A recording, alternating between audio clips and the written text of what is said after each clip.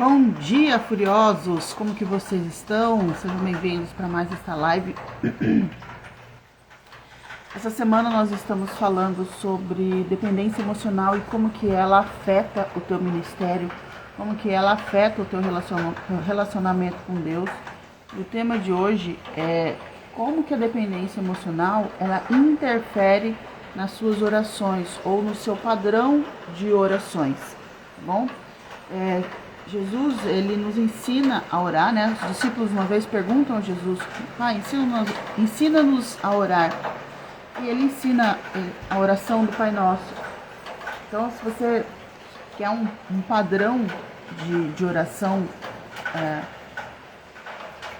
você pode olhar para a oração do Pai Nosso, frase a frase, e ir entendendo aquilo que Deus espera de nós.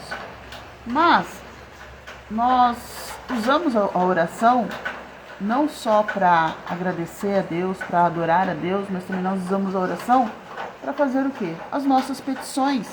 A própria Bíblia diz, se pedirdes, né? Jesus disse isso, se pedirdes ao Pai, qualquer coisa que pedirdes ao Pai, em meu nome, crendo, recebereis, né? Muitas vezes a gente ora e não recebemos. Um caso muito comum de orações que parecem não ser atendidas,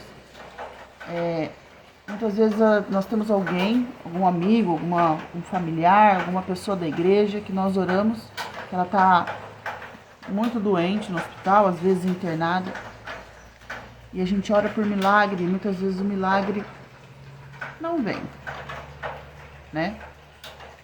Certa vez eu atendi uma moça que ela havia perdido a mãe. E a mãe ficou bastante tempo no hospital internada. E ela, menina ainda, né, essa atendida. E a galera da igreja se reunia, fazia rodízio de pessoas orando por ela.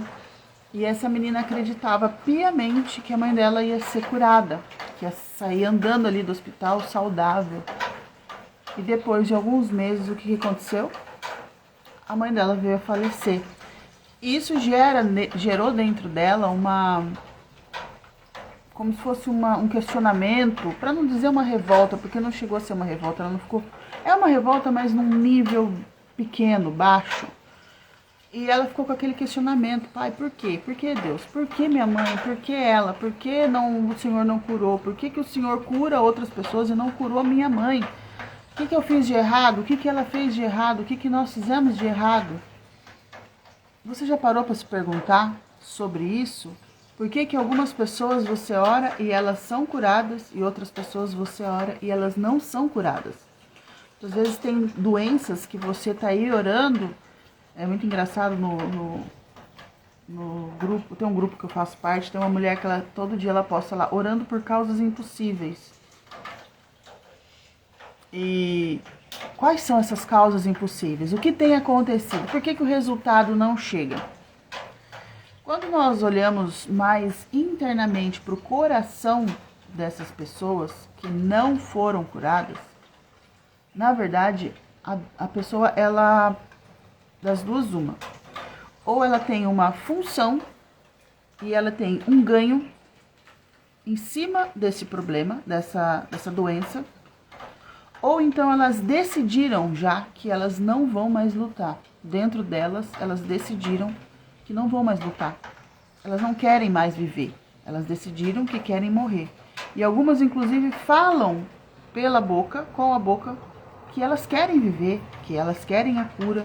Mas é mentira, você vê um olhar perdido, por quê? Porque ela já desistiu.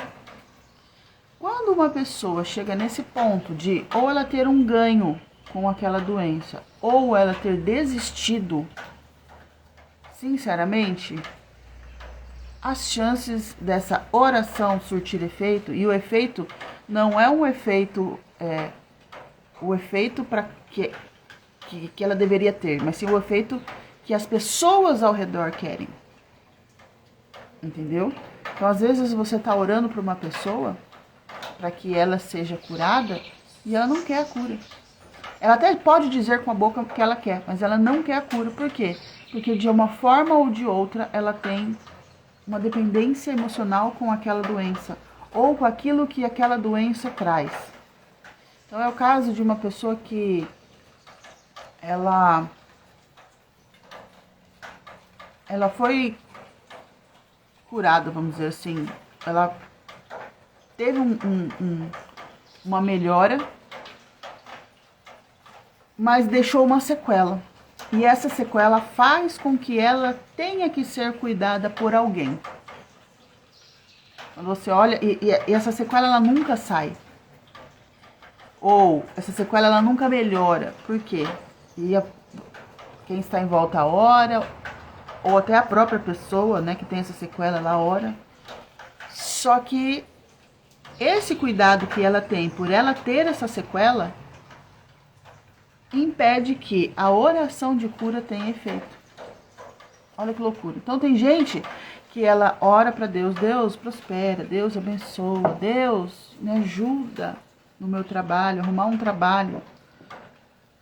Mas é aquela pessoa que toda vez que o caldo entorna, a mamãe vem ajudar, dá dinheiro, paga as contas. Ou então a galera da célula se reúne, vamos fazer uma catança aqui de produtos, vamos fazer uma cesta básica. Essa questão de ser ajudada, nessa questão de ser ajudada, essa pessoa ela se sente amada. Então, aí ela pergunta, né, dentro do inconsciente dela, será que se eu tiver dinheiro, será que se eu for próspera, será que se eu for dono da minha vida de verdade, eu ainda vou receber esse amor? Provavelmente não. Porque ele entende amor através dessa necessidade. E aí não adianta você, pastor, você, líder, se colocar em oração, se colocar em batalha de oração por uma pessoa que não tem a mínima intenção de se ver livre daquele problema. Então é por isso que algumas pessoas você malemar ora e elas se curam, são curadas. Elas evoluem, elas avançam, porque elas podem avançar, elas querem avançar, elas estão prontas para avançar. Provavelmente elas não têm dependência daquele problema. E tem outras que você ora, a doença até melhora, volta. Ou ela até tem um diagnóstico de cura e depois de um tempo essa doença volta. Por quê? Porque essa doença tem uma função. Todo problema é um mensageiro. E se o seu problema tiver função na sua vida, você se torna dependente emocional daquilo que esse problema te traz. Mesmo que seja doentio, mesmo que seja não, sempre será doentio. Porque é um absurdo pensar que você se mantém doente, se mantém pobre, se mantém enrolado em problemas para ter amor, para ter atenção, para ter inclusão, para ter justiça. Tem pessoas que elas alugam uma casa, vai morar em algum lugar, aluga uma casa e a vizinhança é terrível. Ela arruma encrenca com o vizinho e o vizinho briga, o vizinho ameaça, o vizinho quer botar veneno na comida do cachorro, porque o cachorro late. O vizinho, é aquela brigaiada. Aí o que ela faz? Ela fala, não, eu vou sair daqui. Então ela começa a pedir para Deus, Deus me tira daqui, Deus me ajuda a achar uma outra casa. Ela acha outra casa, aí ela vai pro apartamento. E no apartamento é bom, porque no apartamento todo mundo vai trabalhar e o prédio fica vazio a maior parte do tempo, então ela vai ter sossego.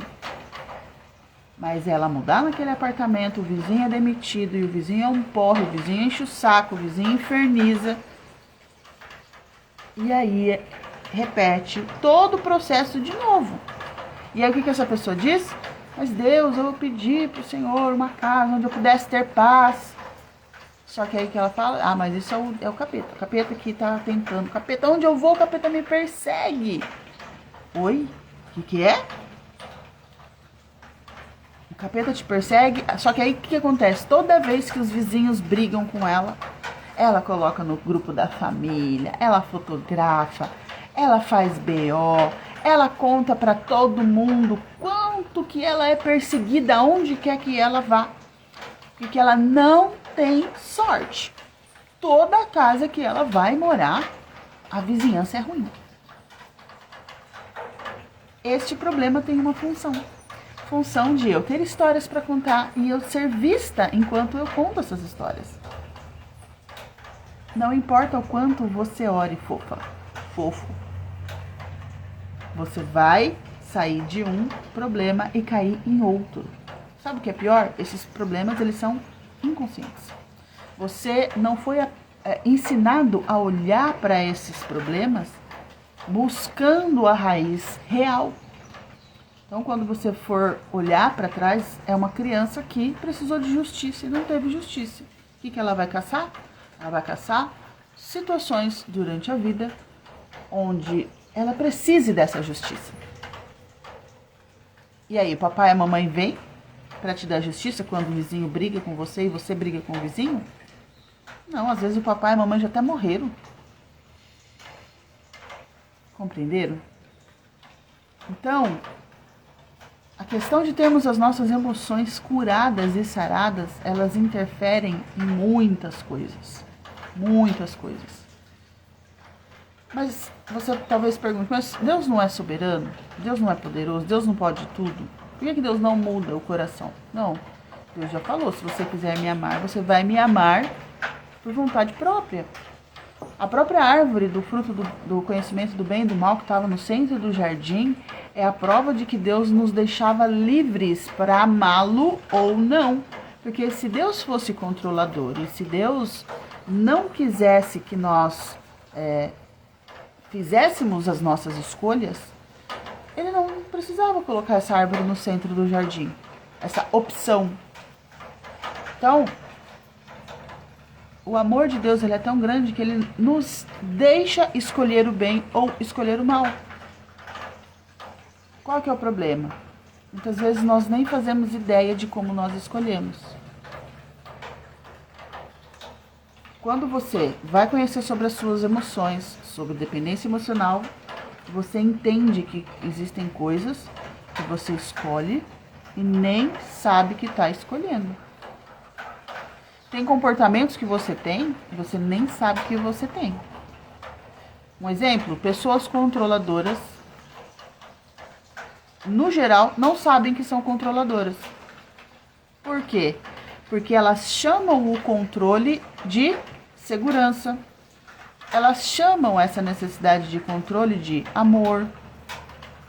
Elas chamam essa necessidade de controle de cuidado.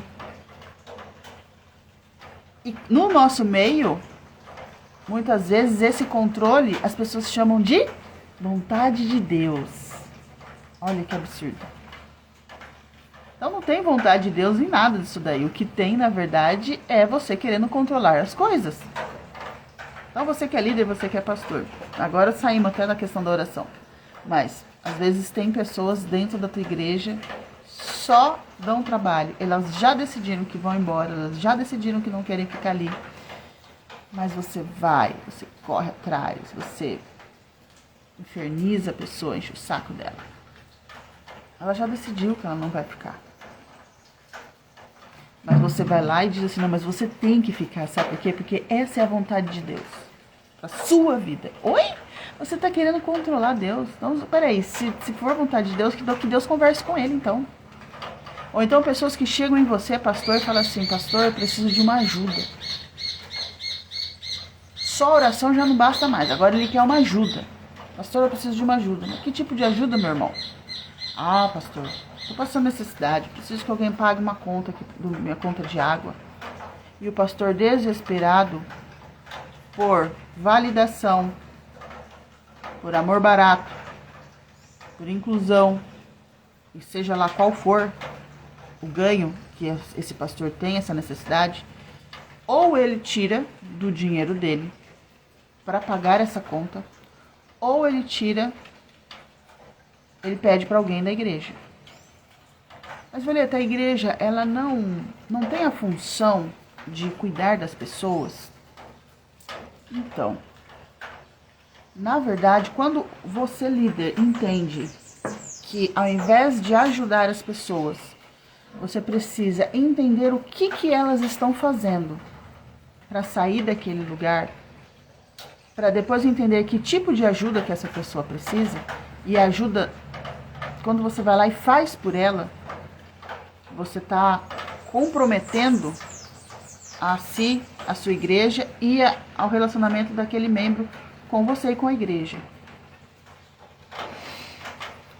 E muitas vezes por conta da dependência emocional, porque o pastor, infelizmente, ele tem muito disso, né? Geralmente o pastor, o lucro inoportuno dele, mais forte, é de herói, de super-herói.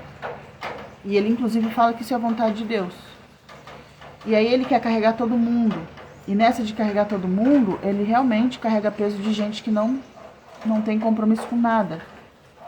E é por isso que pastores estão sempre com a sensação de estarem sendo injustiçados. Por quê? Porque você ajuda.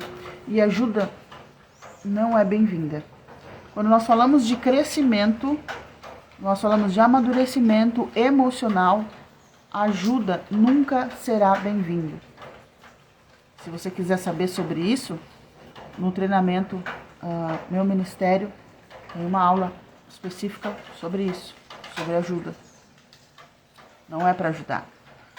Inclusive, no meu outro perfil tem uma publicação onde eu falo, o mundo não precisa de pessoas boazinhas.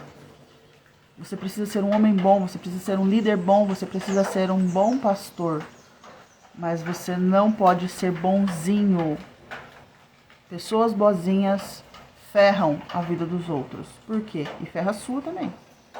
Porque um pastor bonzinho, ele vai sempre colocar tudo e todos na frente das suas próprias necessidades. E um pastor que não tem as suas próprias necessidades respeitadas e atendidas, o que acontece? Ele enfraquece, ele adoece, ele fica mal. Então é aquele pastor que ele até sobe lá no altar de domingo e prega. Mas, quando ele chega em casa, ele está em frangalhos. Por quê? Porque ele carrega peso de gente que não deveria. E sabe o que é pior? Ele coloca a culpa no capeta. Ou ele fala, Deus, por que o Senhor não me vê? Então, das duas, uma. Ou a culpa é do capeta, ou agora Deus está expondo ele a uma prova. Quando nós falamos de prova e orações e tal, dando uma pincelada nessa questão da ajuda, eu convido vocês a olharem para a história de Jó. Jó era um homem íntegro, um homem fiel, um homem que sacrificava a Deus todos os dias. Jó é conhecido tal, né, a paciência de Jó. Jó é conhecido por ser um homem íntegro e mesmo assim ter sido tentado porque Deus permitiu. Se você olhar friamente, se você olhar sem os olhares da religiosidade para a história de Jó, é um absurdo praticamente. O mundo, quando ele olha para a história de Jó, ele olha para a história de Jó e pensa, meu Deus, como Deus é sádico. A sensação que as pessoas do mundo têm olhando para essa história é de que Deus é sádico, porque ele faz uma brincadeira praticamente ali com Satanás para provar a Jó. Então, Deus pergunta, de onde vens, né? Pro diabo, e o diabo fala assim, vem aí, ó, de passear e rodear pela terra. E Deus pergunta, você viu meu servo Jó? E ele fala, eu vi. Você viu como ele é bom? Eu vi. Você viu que ele me adora todo dia? Eu vi. Aí o Satanás fala, mas também é fácil, né? É fácil te amar. Ele é rico. Ele é podre de rico.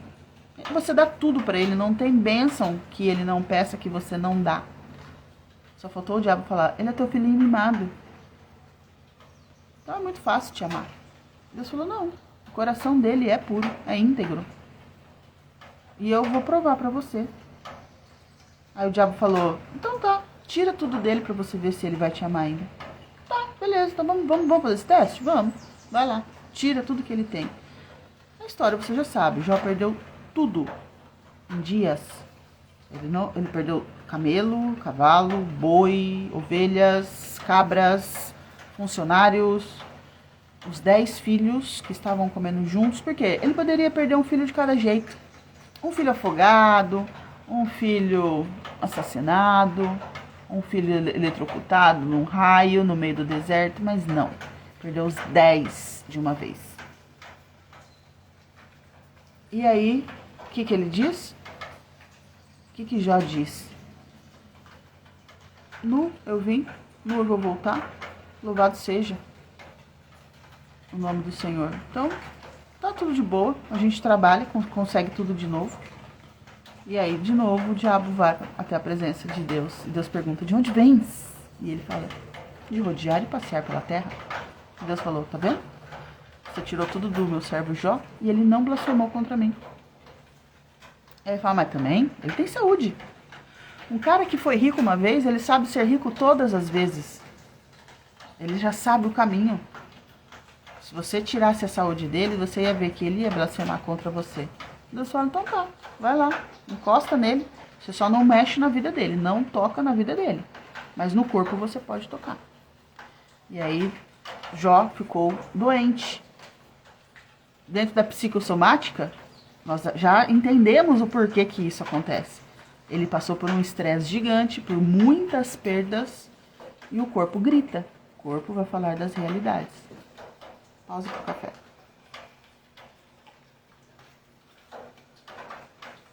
E aí, a parte mais legal e interessante é que os amigos de Jó, sabendo da história dele, se levantam de onde eles estão, das cidades deles, e combinam de ir lá dar um apoio a Jó. Você não vê os amigos dele indo lá ajudar Jó. E esses amigos, eles chegam lá na casa de Jó. Jó está se coçando com um caco de telha, sentado em cinzas, e esses homens, eles sentam do lado de Jó. Eles não chegaram oferecendo dinheiro. Ô Jó, você perdeu tudo, ó, toma um dinheiro aqui pra você pagar umas contas. Eles não ofereceram servos. Ó Jó, não tem ninguém mais para você te servir, te ajudar? Tó, esse daqui. Eles não ofereceram remédio. Jó, trouxe um bálsamo para colocar na tua ferida. Eles ficaram 7 dias sentados em silêncio do lado de Jó. Sabe o nome disso? Como chama isso? Apoio. Na cultura daquela época, eles entendiam que quando uma pessoa passava por um momento de dificuldade, era uma prova, um ensinamento e uma lição divina sobre aquela pessoa. E aquela pessoa, ela tinha que ter espaço e tempo de entender o que Deus estava dizendo. É por isso que os amigos de Jó não oferecem nada para ele, só oferecem apoio. Eles se sentam do lado de Jó. Você já parou para pensar? Imagina sua amiga doente e você sentar do lado dela, do lado dele, ficar 7 dias em silêncio. Por quê? Porque ele está ali sofrendo e você não fala nada. Não tem uma palavra de apoio, não tem um dinheiro, não tem um remédio, não tem um analgésico, não tem nada, nada. Nós, só para você saber que nós estamos com você nessa. E o que a liderança faz geralmente quando a pessoa ela começa a passar por alguma dificuldade para ela aprender algo e pior, de coisas que ela escolheu? O que a igreja faz? O que o pastor faz? Vamos lá, vamos levar dinheiro para ela, vamos pagar a conta dela. Sabe o que você está ensinando para essa pessoa? Ser irresponsável, porque toda vez que ela deixar de cumprir aquilo que ela tem que cumprir, pagar as contas dela, você está ensinando o quê? Pode ser relapso. Sempre vai ter alguém para te socorrer. Joga aqui na nossa conta. E sabe o que acontece? Essa pessoa não consegue aprender o que ela precisa aprender. Ela não consegue avançar, não consegue evoluir. E provavelmente vai se voltar com injustiça, não, qual que é a palavra? Ingratidão sobre você em algum momento. Porque a partir do momento que você dá o dinheiro para essa pessoa, paga a conta dela, ela se sente devedora. E uma pessoa devedora, ela vai querer fugir daquela sensação ruim de estar devendo. Então, para fugir dessa sensação de que está devendo para você, para a igreja, pros irmãos, ela vai fazer o quê? Caçar confusão. Ela vai abrir a porta para ter discussão, para ter confusão, porque aí ela não precisa dizer assim, olha, vocês deram dinheiro porque vocês quiseram. Antes as pessoas tivessem essa maturidade de dizer, você me deu dinheiro porque você quis, você me ajudou porque você quis. Mas lembra que essa pessoa ela não tem essa maturidade? Antes ela tivesse. Então, para ela não ter que assumir que você deu porque você quis, porque ela sabe que todo mundo espera gratidão. E gratidão, muitas vezes, as pessoas exigem gratidão em forma de subserviência. Porque eu fiz para você, você tem que ser grato. E a sua gratidão tem que ser demonstrada através da sua subserviência. Abaixa a cabeça, cala a boca, engole o choro e faz o que eu quero. Como que o que esse líder se tornou? Que ajudou? Tirano. Ou, dá um outro nome aí. Vocês entenderam por que as rebeliões acontecem? Porque as orações não são atendidas. Porque tem entraves emocionais envolvidos em todas essas coisas. E vocês não estão conseguindo enxergar e identificar. Então veja só. Os amigos de Jó passam ali 7 dias quietinhos no apoio. Agora eu faço esse desafio. Você tem coragem de aprender sobre isso? Você tem coragem de começar a querer aplicar isso primeiro na tua vida? Como você lida com as suas tretas? Você é líder, você é pastor. Para depois você multiplicar isso. Imagina uma igreja onde as pessoas elas entendem o conceito de ajuda e de apoio. Ajuda, uma igreja ela tem a função de ajuda? Tem. Um exemplo. Nós vamos, que nem agora está se falando muito na tal da Ilha do Marajó. Nós vamos lá fazer um trabalho missionário na Ilha do Marajó. Você não chega na Ilha do Marajó, aquelas crianças passando fome, com a mão abanando. Não dá. É impossível. Então a ajuda ela é permitida dentro de um limite. Ou ela é permitida dentro de uma situação específica. Não tem como você falar de Jesus para uma pessoa que está morrendo de fome. Não dá. Quer dizer, dá, a eficiência vai ser baixa.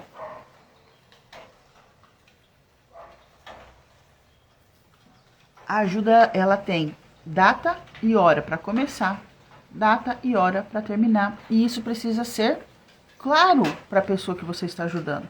Então, tem igrejas, né, na Quadrangular tinha a tal da Casa da Provisão, onde as ofertas de primícias, que são alimentos, material de limpeza, essas coisas, iam, pelo menos teve algumas cidades que era assim, tinha uma Casa da Provisão central, todas as igrejas colocavam ali aquelas ofertas, as cestas básicas eram montadas e depois eram designadas para as famílias que precisavam. Eu cansei de ver gente que ela ia de igreja em igreja, de templo em templo, contando a história dramática dela, como ela é desgraçada. Por quê?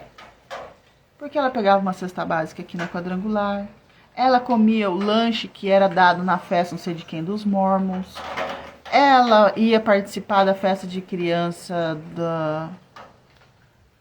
do terreiro não sei das quantas, ela pegava leite em pó lá no centro espírita não sei das quantas. Essa pessoa, ela aprendeu que ela não precisa melhorar, ela não precisa lutar, ela não precisa aprender nada, porque sempre terá alguém para socorrer ela. Sabe o que é pior? Ela chega, ela conta uma história desgraçada, que ela passa necessidade, que ela passa fome, quando você vai ver, dependência emocional. Entendeu? É claro que você construir uma igreja com todos esses conceitos leva tempo. Você corrigir certos comportamentos emocionais para alinhar com os espirituais leva tempo. E essa mudança começa dentro do líder, dentro da liderança. É por isso que eu sempre digo, se você é novo convertido, aqui não é o teu lugar. Até uma vez uma mulher veio até brigar comigo, que eu era arrogante, que eu era pedante, porque eu falava só com pastores e com líderes. Santa, ingênua, despreparada. Por isso, porque se você é pastor, se você é líder, não estiver preparado, aliás, se você estiver preparado, você vai gerar essas mudanças necessárias na igreja. Então eu peço que você faça essa reflexão aí. Suas orações não são atendidas porque você ora fraco, ora fofo, que nem diz o mundo aí. Você tá orando fofo? Você não se consagra? Deus não te escuta? Você está em pecado?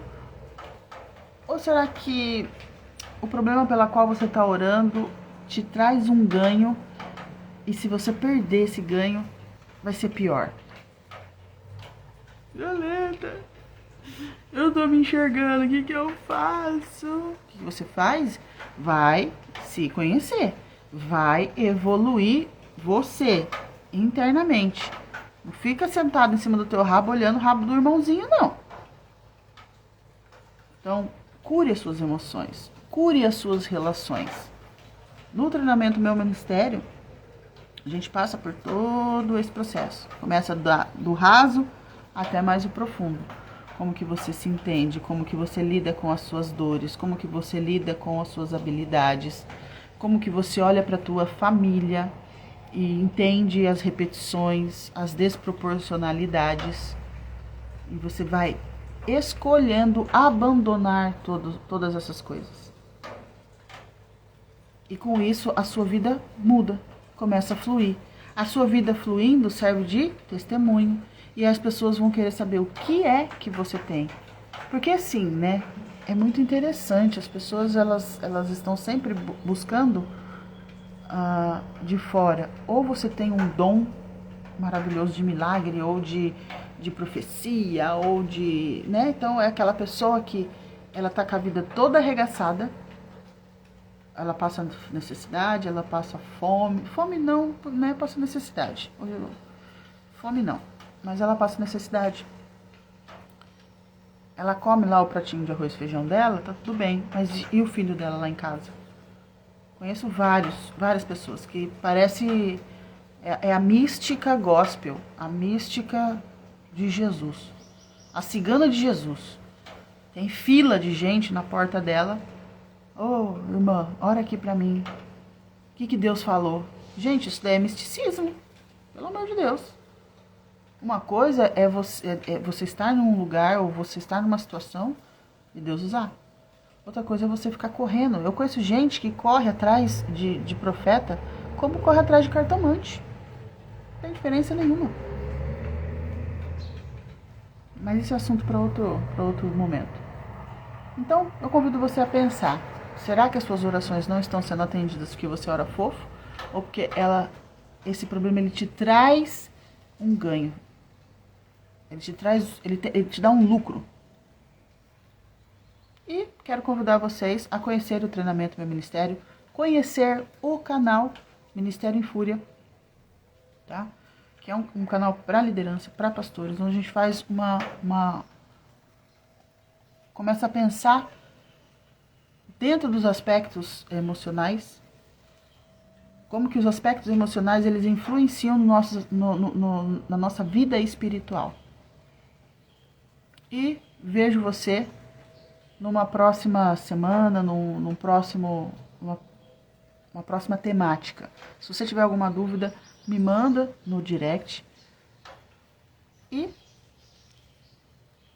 se você está no YouTube, dá um like nesse vídeo, tá bom? Compartilha com algum pastor que você conhece, que precisa desse conceito, precisa desse conteúdo. Um beijo, gente. Tchau.